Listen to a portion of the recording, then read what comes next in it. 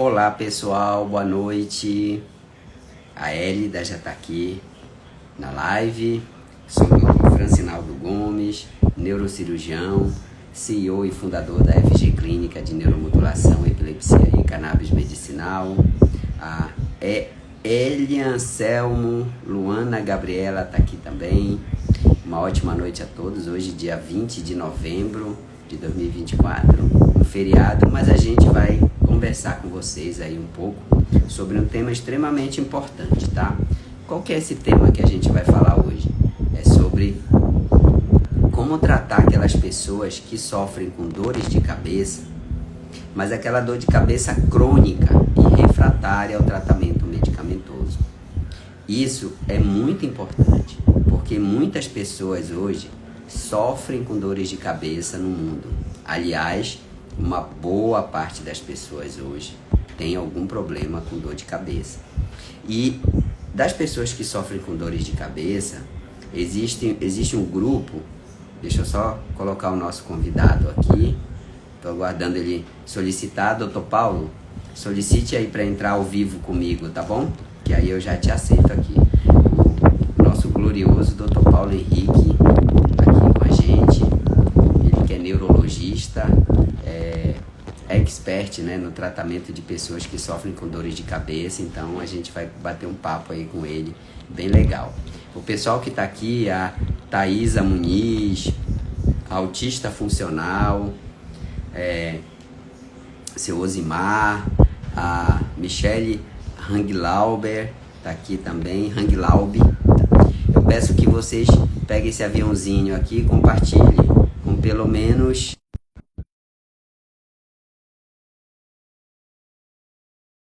maior de pessoas aqui para nossa live, tá bom? Eu já aceitei aqui o convite do Dr. Paulo, logo ele já deve estar participando aqui com a gente. Oi, Dr. Paulo, Olá, tudo bem? boa noite, tudo bem, doutor? Como vai? Tudo bem, tá me ouvindo bem? Tô sim, tô ouvindo muito bem. Então tá bom. O pessoal já está chegando aqui para a live, eu estou dando as boas-vindas. Seu Osimar, boa noite. Tá? Paula Chimini está aqui também.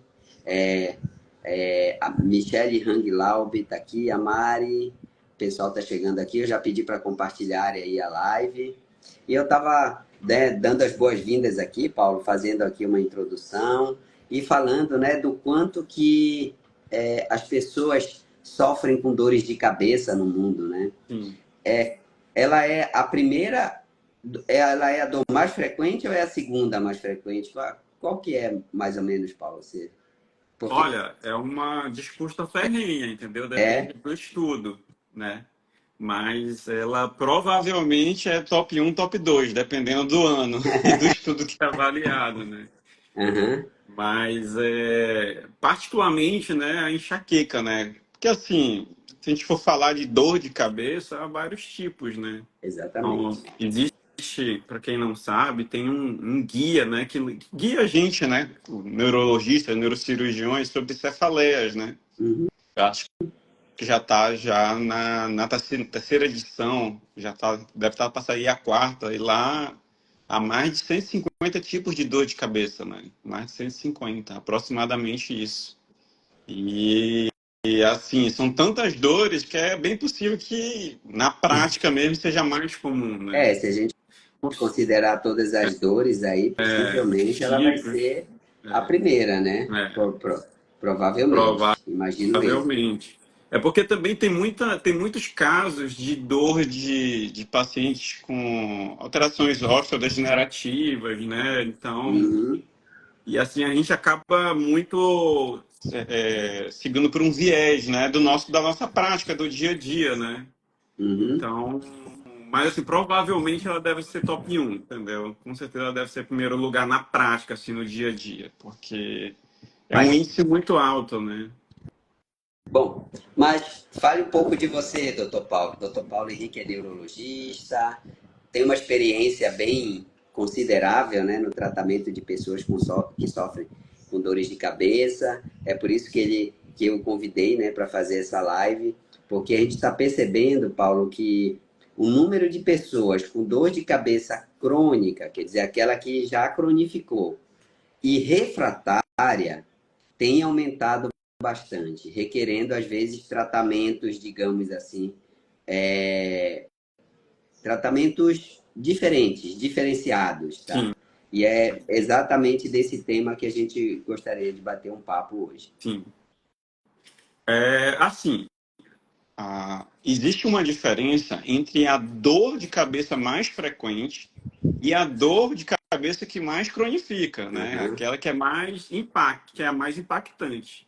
A dor de Uhum. cabeça mais frequente não é a enxaqueca, né? Na verdade, ela é o segundo lugar. A dor de cabeça mais frequente é aquela tensional, que é aquela mais leve, que é um aperto, uma tensão muscular, né? Já a enxaqueca, não. Ela pode não ser a mais frequente, ela fica em segundo lugar, mas em termos de frequência de episódios, de cronificar, de se tornar mais episódica, ela fica em primeiro, né? Uhum. E ela que traz o impacto funcional. Então, assim, mais ou menos em torno de 10%, seguindo alguns dados da população mundial, tem enxaqueca com impacto funcional devido à enxaqueca. Então, se a Uhum. gente pegar um planeta, nosso planeta tem aí em torno de 7 bilhões e meio de pessoas, ou seja, 700 milhões de pessoas têm, né, enxaqueca. É Então, muita gente, né? da mais infrequente até a crônica, são muitos casos, né? E assim, só para definir, assim, só para deixar bem claro, enxaqueca crônica, né, que vai acabar sendo o nosso principal tema, né, ao longo do debate, né? Ela não é crônica porque está há muito tempo, né? A enxaqueca crônica, a gente define ela quando o paciente tem mais de 15 dias de dor no mês, nos Uhum. últimos 3 meses. Não é porque tem dor de cabeça desde a adolescência e atualmente tem 50 anos, não. É a frequência dessa dor, né, Uhum. acontecendo. Aí a gente pode dizer, o paciente tem uma enxaqueca crônica. E existem outras cefaleias crônicas, né? Mas a enxaqueca é ela que chama mais atenção e impacto, né? E acaba sendo mais estudada, né? E Uhum. assim, como o senhor falou, à medida que a gente está vendo casos mais frequentes, né? Que cronificam, assim, graças a Deus também tem surgido medicações para essas situações e tem sido ampliado, né, o leque de possibilidades terapêuticas, né? Uhum. Então, assim, eu sou neurologista, vim do Ceará, sou neurologista, moro aqui em Pará há 5 anos, né? E eu me lembro que há 4 anos a gente tinha um perfil certo de medicações de primeira linha, né? Tinha outras medicações que já estavam disponíveis, que ainda estão hoje, que na época eram segunda ou terceira linha, e hoje, de uma grata surpresa, de 2 anos para cá, estudos mostraram que são primeira linha atualmente, né? Que a gente vai conversar um pouco mais sobre ela. Mas, assim, a dica que eu sempre dou para os meus pacientes é sempre observar o gatilho, né? O Uhum. gatilho dessa dor, né? Que assim, a enxaqueca ela é inconfundível. O paciente ele sabe como é a dor. Então, muitas vezes o paciente ele já chega, né, doutor? O senhor deve pegar É. alguns casos também. Ele já Sim, chega sim. dizendo: "Ah, não, doutor, tenho enxaqueca". Então, assim, Eu já sei que nosso eu tenho, trabalho né? muitas Já. vezes é só confirmar, né, que é enxaqueca. O trabalho maior é definir o melhor tratamento para aquele paciente, porque varia a medicação de perfil de paciente para paciente, né? Então, Verdade. o remédio não é o mesmo, né? Não é o mesmo. Uhum. Então, assim, então a enxaqueca é a dor que lateja, é a dor que dá enjoo, é a dor que tem sensibilidade à luz, barulho. É uma dor geralmente de moderada a intensa. E assim, o grande X da questão é uma dor que traz muito impacto funcional. Uhum. Aí você pega pacientes com dor de cabeça, tipo enxaqueca, frequente a crônica, e ali está em torno de 10%, né? Então tem muita gente no mundo sofrendo e tem se tornado mais frequente ainda, né? Com essa comorbidade, né? A gente pode dizer que é uma comorbidade porque enxaqueca não tem cura, né? É algo que Exatamente. acompanha o paciente durante toda a vida, né?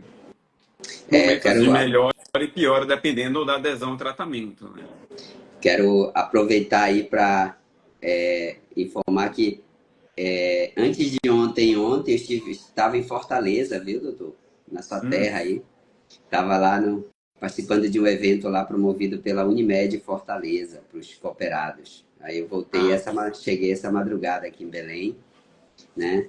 E um abraço aí pro pessoal de Fortaleza aí, muito bonita a cidade, muito calorosa, comida impecável. Eu gostei bastante. Apesar de que fiquei mais tempo no evento, né? Só saí para jantar na segunda-feira à noite, mas valeu a pena assim a ida. Ó, o Hugo Souza está aqui. Oi, Hugo, boa noite. Um abraço aí para você e para o seu Ronaldo. A gente tá. O seu Ronaldo passou com você, né? sim, Para fazer a passou, avaliação. A gente está passou. só aguardando aí mais uma avaliação dele neuropsicológica para a gente dar início aí à questão da cirurgia aí. Obrigado, Hugo, pela audiência. Bom, Paulo, como hoje é feriado, né, pessoal? O pessoal aí descansa, aproveita a família. A gente vai encurtar um pouco a nossa live. Vamos falar aqui mais uns 20 minutos aí também, né? Porque amanhã já é dia já volta ao normal, né? E, assim, eu queria que a gente falasse, Paulo, de dois pontos que são sim, dois pontos bem, ou até mais, mas de uma forma um pouco mais sucinta, que é o quê? Quais são, assim, quais são os tratamentos que a gente tem hoje disponíveis para essas pessoas que têm essas dores de cabeça? Já vamos falar assim, seja uma enxaqueca, seja uma cefaleia tensional, crônicas e já refratárias. Quer dizer, até a cronificação já ficou refratária. Né? O que a Uhum. gente dispõe hoje de ferramentas que a gente possa estar utilizando para melhorar, digamos assim, a qualidade de vida dessas pessoas, tá? A gente sabe, por aí já me perguntaram sobre botox, sobre bloqueio de nervo, alguns estimuladores, isso eu posso até comentar também, mas eu queria que a gente falasse mais ou menos desses três aí, né? Que a gente pode estar ajudando. Se tiver outro também a gente cita. Assim, com relação aos estimuladores, já são naqueles casos assim extremamente refratários, né? Uhum, Em que medidas de primeira, segunda ou até mesmo terceira linha falharam, né? Então, a gente acaba usando um pouco menos na prática. No dia a dia, assim, para enxaqueca crônica, nem toda medicação disponível para tratamento de enxaqueca vai funcionar, né? Então, assim, ainda se usa, assim, o convencional, né? Que uhum, é algumas medicações específicas, né? Que foram feitas para outras comorbidades, outras patologias, mas que sabem, estudos demonstraram ao longo dos anos, das décadas, que tem uma ótima resposta para enxaqueca, né? ótimo. Que ainda é o topiramato, que é a amitriptilina, o propanolol. Só que o propanolol, ele aparentemente tem menos efeito, né, para tratamento de enxaqueca crônica, né, essa mais frequente. E, e aí, dentre as medicações, tem surgido umas novidades, né? Uma Uhum, novidade que ela já está no mercado há um bom tempo, só que antes era uma categoria abaixo, né, das de primeira uhum, linha, que era justamente os anticorpos monoclonais, né? sim. Aqui no Brasil está muito mais difundido o Engalite, né?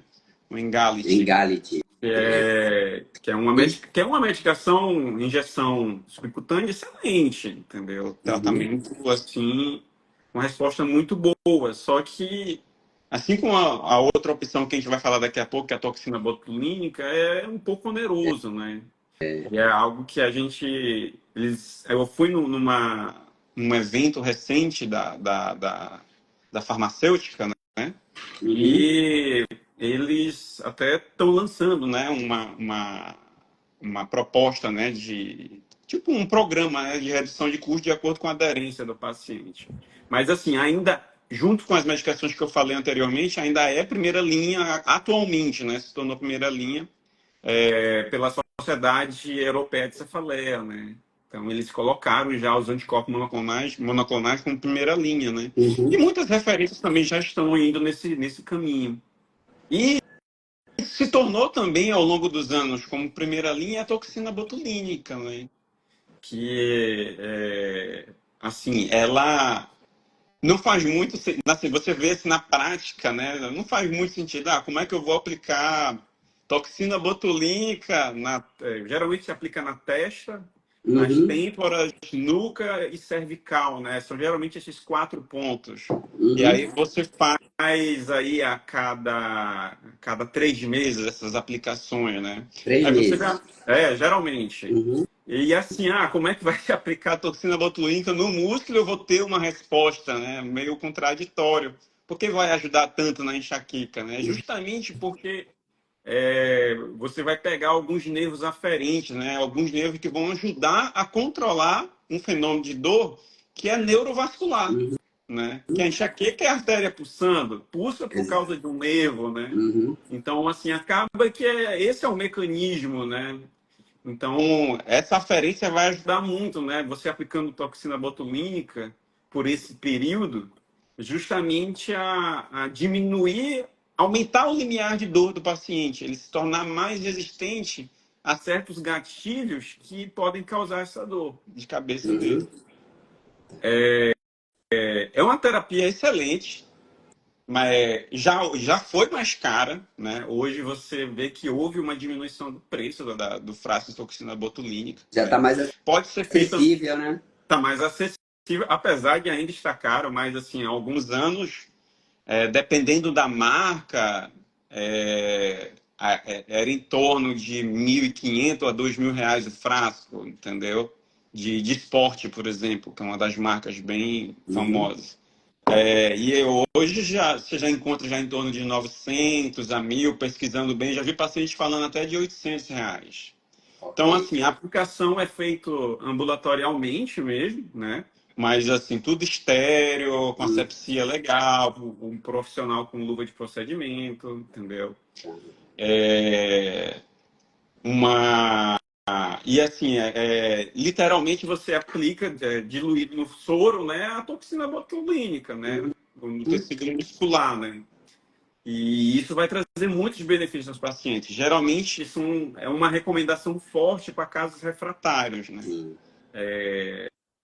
Assim como o anticorpo. Hoje em dia, porque já são terapias que exigem maior custo, né? Então, Uhum. geralmente, tenta opções mais praticáveis, né, Ótimo. para a população brasileira, antes de partir, né, para essa linha, E que também Paulo, é primeira linha, né? A gente está ah, falando só de primeira linha nesse momento, né?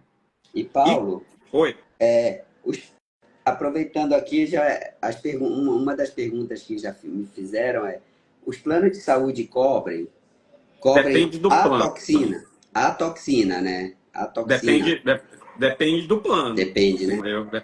Depende do plano. É, o, a Apvida, por exemplo, aqui em Belém, particularmente, né? A Apvida cobre, creio que o Unimed cobre, Uhum. Bradesco cobre, então vai variando de plano para plano, entendeu? Ok. Acho que alguns planos os planos dos bancos geralmente cobrem, Uhum. entendeu? E isso já facilita muito, entendeu? Já Ótimo. facilita bastante, né? Agora, pois não, pode Não, falar. não, estava tentando lembrar se tinha mais algum que vinha à mente, mas eu acho mais esses, né? Eu fico só na dúvida com relação ao Unimed de uma forma geral, se ela cobre ou não, entendeu? Tá. Isso aí a gente pode depois verificar. Se alguém quiser saber, pode entrar em contato no direct aqui que a gente responde, tá, Paulo? Uhum. E agora, assim, existem, por exemplo, a pessoa, vou dar um exemplo aqui. A pessoa foi, tomou os medicamentos, fez todo o tratamento, né, que precisava ser feito, fez botox ou está fazendo botox, porque existe um limite para fazer botox, tipo, olha, botox é toxina botulínica, Paulo, existe assim um limite?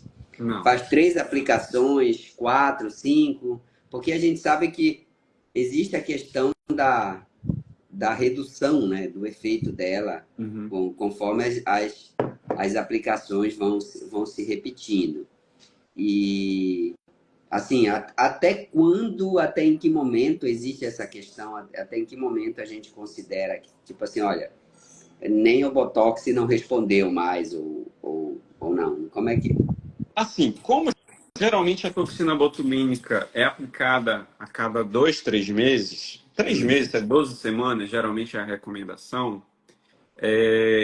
Primeiro, assim, a ideia da terapia da enxaqueca é uma terapia ponte. A Sim, ideia inicial é que nenhum paciente use a medicação ou o procedimento ou a injeção para sempre, né? exato. Então, assim, a recomendação é em média de 12 meses, né, do Uhum, tratamento que você faz, assim, o tratamento de enxaqueca. Então, esses 12 meses ele é que é o tempo do seu tratamento. Então, para que serve esse tempo? Ah, depois que parar, eu vou estar bem sem o remédio? Não.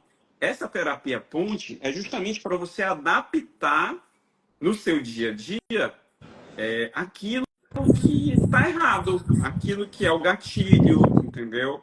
Então, por exemplo, há alguns gatilhos que, por exemplo, que causam as dores de cabeça. uhum, Então, por exemplo, gatilhos alimentares ou bebidas, tipo bebida alcoólica, cafeína, produtos que têm muito aspartame, né? A gente uhum, sabe, né?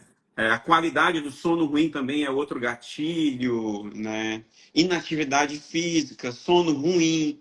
Então, assim, a terapia de enxaqueca, ela é uma terapia ponte uhum, para nesse processo aí de 1 ano, mas não menos que 6 meses, o paciente ele fazer um tratamento adequado e nesse período ele ajustar o dia a dia, o a dia a vida dia dele de dele. uma forma geral, para ele ficar sem o remédio.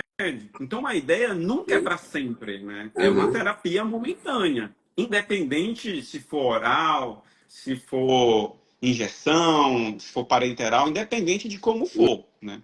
uhum, Então, assim, a gente vê a toxina botulínica perdendo muito efeito nos pacientes que a gente faz mais para distúrbios motores, né? uhum, Espasmo facial, você vê aumentando as doses, né, de forma eficaz, tá.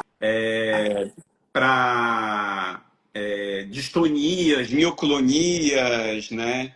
Então Uhum, você vê assim, ao longo dos anos, trimestralmente, geralmente é quando se aplica, o paciente ele vai perdendo.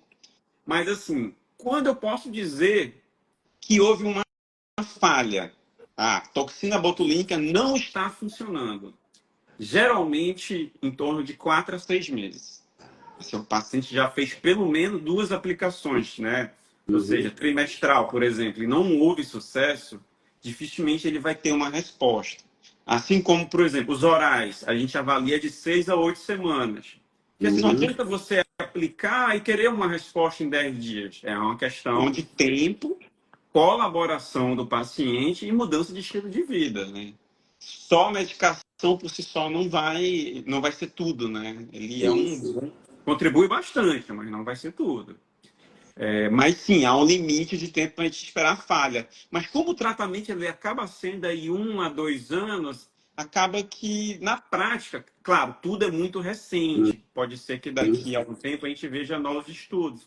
Mas acaba que na prática a gente não tem muito esse feedback de perda de efeito. O paciente pode não responder, entendeu? Uhum, Ou ele pode responder parcialmente e você ter que ajustar a dose ao longo desse tratamento de 1 ano, por exemplo. ok, Tá? Mas, ótimo. mas como é algo que geralmente vai começar num momento e vai terminar em outro, há um limite delimitado na maioria dos casos, acaba que nesse pouco tempo a gente não vai ter esse feedback. Entendi. E assim, respondendo a pergunta da Mari, a Mari Ribeiro Gomes, ela, sim, é a mesma toxina botulínica da aplicação do Botox, né? É a mesma toxina. Ótimo. Essa toxina, para quem não sabe, ela vem foi extraída diretamente da doença botulismo, né? Então ela vai agir ali no nervo, né? Justamente para o nervo não funcionar, né? Uhum, Nos casos de distúrbio do movimento, né? Justamente para ele não dar o disparo, né? Então é a mesma toxina.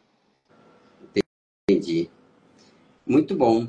Ó, pessoal que chegou aqui no perfil, a gente está falando hoje sobre o tratamento das pessoas que sofrem com dores de cabeça crônica, né, e refratária. Quais são as opções de manejo, né, que existem?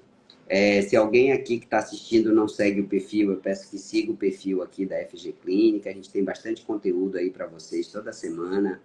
Acompanhe os stories, acompanhe as dicas e orientações que a gente dá aqui para que você tenha uma saúde neurológica de qualidade.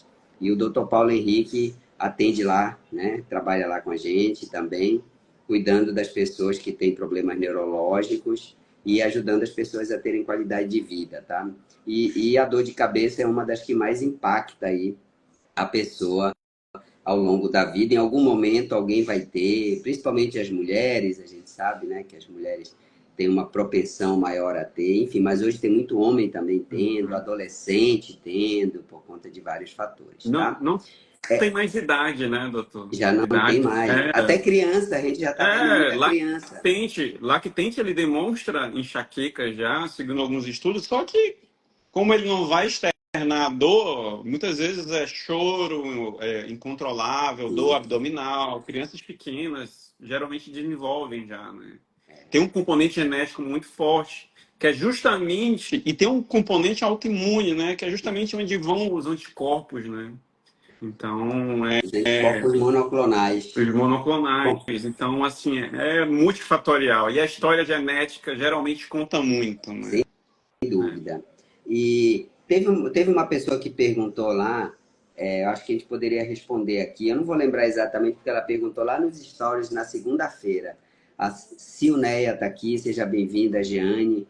É, por que que ela tem muita dor de cabeça no período menstrual e por que que os hormônios, de que forma os hormônios influenciam nessa questão da dor de cabeça? Assim, existe uma escala, uma tabela que ele coloca como prováveis e possíveis, né? Tipo Ó, assim, gatilhos de dor, então, né? É, só aproveitando aqui que foi exatamente a pergunta da Rosane Balado. Tá aqui já. Então, Rosane, já vamos responder sua pergunta. então, assim, existem umas tabelas que eles colocam, assim, nos estudos, nesses consensos, que ele coloca como possíveis e prováveis causas de dor. Uhum, Os possíveis, por exemplo, o aspartame e a dificuldade de conciliar o sono é o possível, uhum, né? A primeira condição provável para gerar uma crise de enxaqueca são os estressores.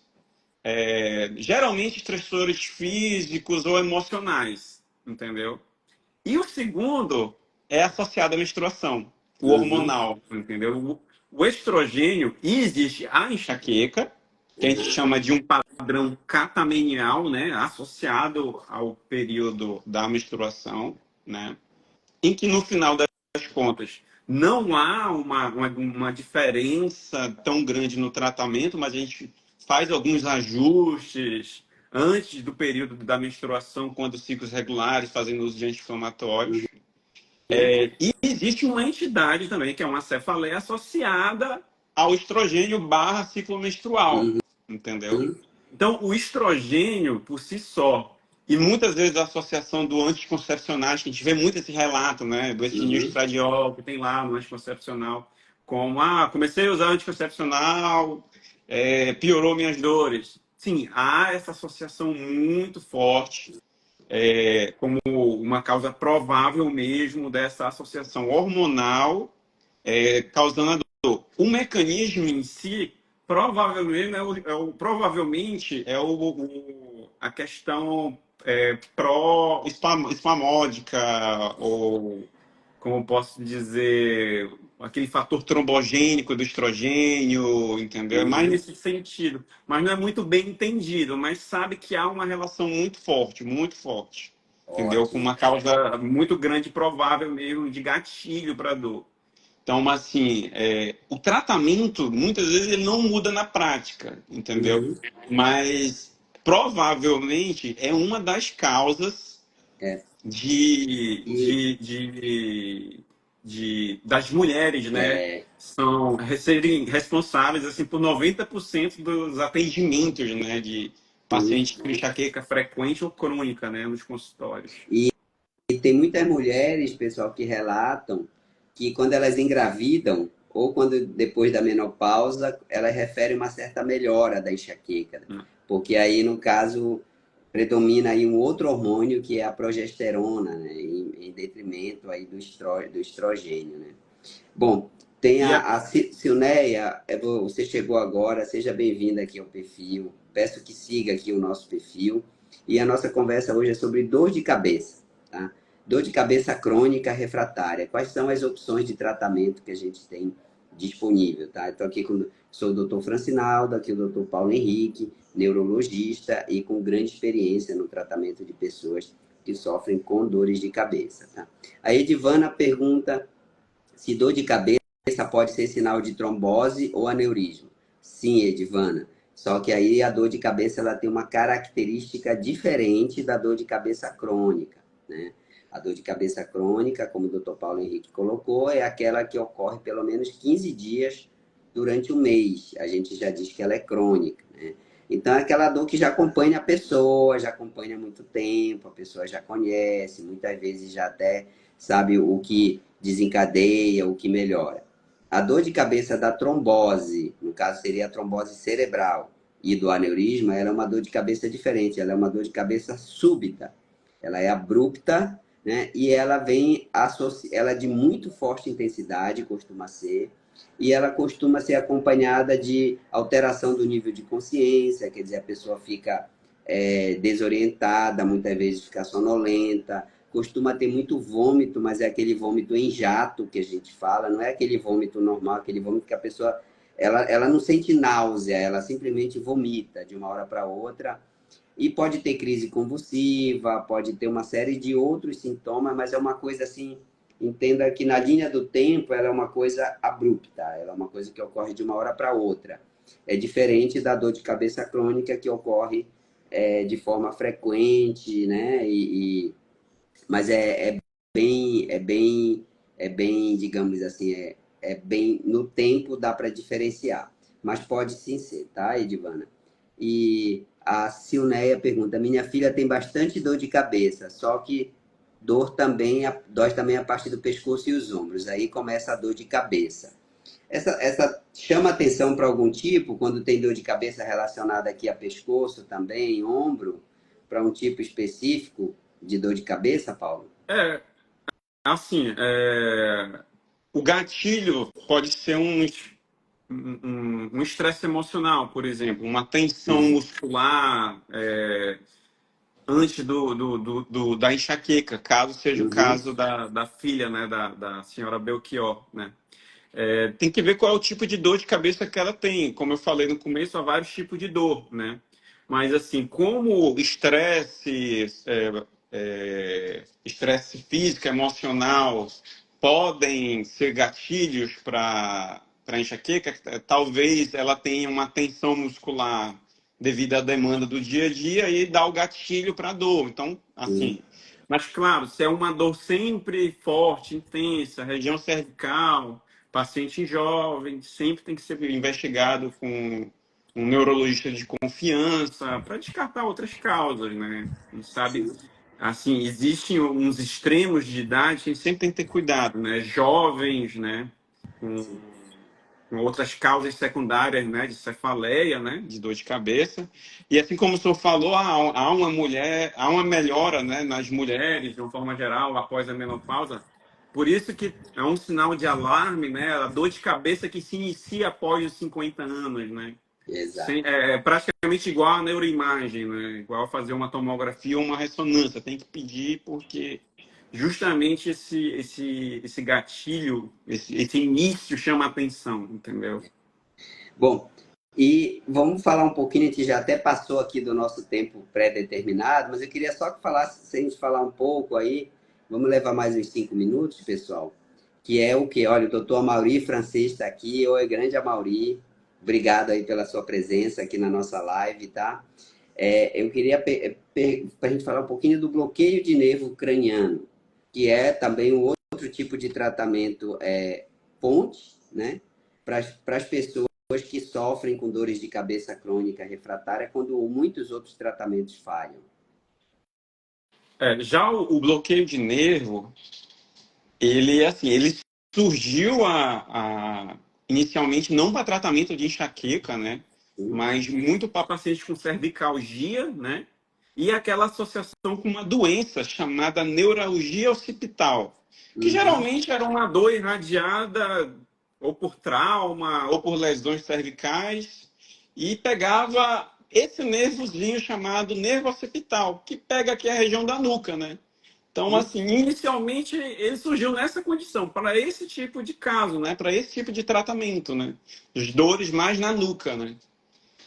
E aos poucos ele foi acrescentado, né, No hall. a tratamento de enxaqueca e foi graduando para cima. Hoje Uhum. ele não faz parte da primeira linha de tratamento, mas ele é uma excelente saída, um excelente tipo de tratamento associado para tirar o paciente das crises, entendeu? O paciente usando medicações orais e uma oportunidade para fazer o bloqueio, entendeu? Um Uhum. bloqueio bem feito ajuda bastante. Bastante. Esse bloqueio, ele também é feito no próprio consultório, entendeu? Uhum. Também sempre o cuidado da limpeza, da asepsia, asepsia, limpeza do local, Uhum. entendeu? Luvas de procedimento, seringa e o anestésico. Anestésico local, anestésico que te usa em suturas, Uhum. né? É a lidocaína, né? A lidocaína 1, 2% que a gente faz, né?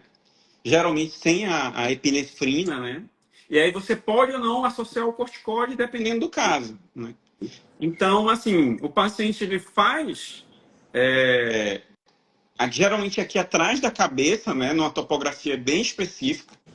Na maioria das vezes é feito no nervo occipital maior, que é um nervo mais fácil da gente pegar ele anatomicamente de acertar, né? Uhum. E, assim, diferente da neurologia occipital, que a neurologia occipital, o paciente ele responde na hora a melhora da dor, né? Na hora faz o bloqueio e o paciente melhora. Da enxaqueca, não. Você vai fazendo ao longo do período, Uhum. né? Para ele ter a resposta mais efetiva. Então, assim, geralmente a cada 4 semanas a aplicação, entendeu? Por Uhum. pelo menos 12 semanas ao todo, ou seja, 3 aplicações, né? Aí você pode fazer as aplicações de bloqueio só com o bloqueio, ou preferencialmente associar a uma medicação oral de primeira linha, entendeu? Como o topiramata, a amitriptilina, a nortriptilina, propanolol, para fazer um tratamento associado, entendeu? Mas é, assim, um remédio excelente. E, assim, a ideia da falha é muito parecida com a da toxina, né? Exato. Então, assim, você fez ali 2 aplicações nesse intervalo, o paciente não teve nenhum tipo de resposta, então provavelmente o ideal é você fazer a troca para uma outra opção. E assim, de uma forma geral, é menos oneroso Uhum. também, né? Lidocaína, a gente encontra fácil, né? Até nas emergências, seringa. Assim, o procedimento em si, ele é menos oneroso do ponto de vista financeiro, né? É E é verdade. realizado a anestesia local, né? A anestesia local antes de fazer a anestesia, mas antes de fazer a aplicação mais profunda do conteúdo, né? Da lidocaína. Então, assim, ele não gera tanta dor e tem geralmente uma boa resposta, entendeu? E Excelente. é E, basicamente isso. e quem que faz esse procedimento, assim? Por exemplo, você faz, eu sei que você faz, né?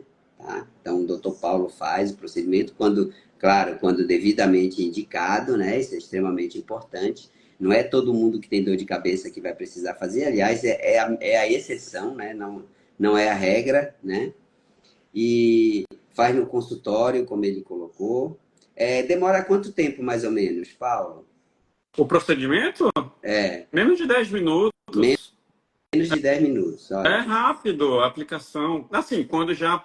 Aquela coisa, o paciente ele já veio com essa indicação para realizar o procedimento. Uhum. Tanto a toxina botulínica, tanto a aplicação do anestésico, 10, 15 minutos no máximo, porque assim, o material já estaria separado, né? Então, assim, Uhum. você já sabe os pontos específicos, mas especificamente a lidocaína, a injeção com anestésico, menos de 10 minutos, né? Porque eu acho que o maior trabalho é separar o É material, verdade. né? Muitas vezes, né, no dia a dia, o senhor que opera, né, com certeza, É, às vezes fica aguardando alguns minutos, às vezes até horas, né, é para verdade. aguardar o material da cirurgia, né? Então, Sim. assim, o procedimento separado é muito rápido, entendeu? É Uhum, muito rápido. Mas, assim, eu acho que a grande mensagem do uhum, tratamento, assim, dessa live hoje, é uhum, assim, primeiro, sempre seguir o tratamento, entendeu? Comparecer regularmente nas consultas, isso é muito importante. E não esquecer da parte não farmacológica, uhum, a parte que não envolve o remédio. Porque o tratamento, ele não é para sempre. O tratamento, geralmente, é para uma média ali de 12 meses que a gente faz o tratamento, independente da opção, né? uhum, Então, assim, o tratamento ele é uma ponte para adaptação do paciente a um novo estilo de vida, em que ele evite os gatilhos, ou converta, ou melhore, né? Justamente para ele ter qualidade de vida. Que, assim, de uma forma geral, a maioria dos pacientes não vão ter complicações por enxaqueca.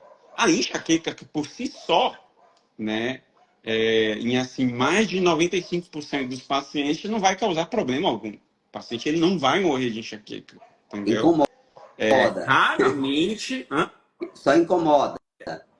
É, ele vai ter o prejuízo funcional da enxaqueca, né? uhum, Mas, assim, há uma associação da enxaqueca com aura, uhum, né? Especialmente, né, com aura associada à hipertensão, associada a tabagismo, associada até a anticoncepcionais combinados com AVC, né? Mas, uhum, assim, é algo pontual, né? A gente vê um caso desse, assim, de vez em quando, né? Ah, realmente foi a enxaqueca, exato. depois que fechou tudo, né? Mas, assim, o grande X da questão é o impacto funcional. Então, essa aderência do tratamento não é se apegar ao tratamento e, depois de 12 meses, 18 meses, eu vou estar bem. Não, você tem que fazer essa adaptação do estilo de vida para preparar você para retirar a medicação. E esse é um grande problema que a gente tem no dia a dia. Exatamente, pessoal. Então, olha só, fica o recado, né?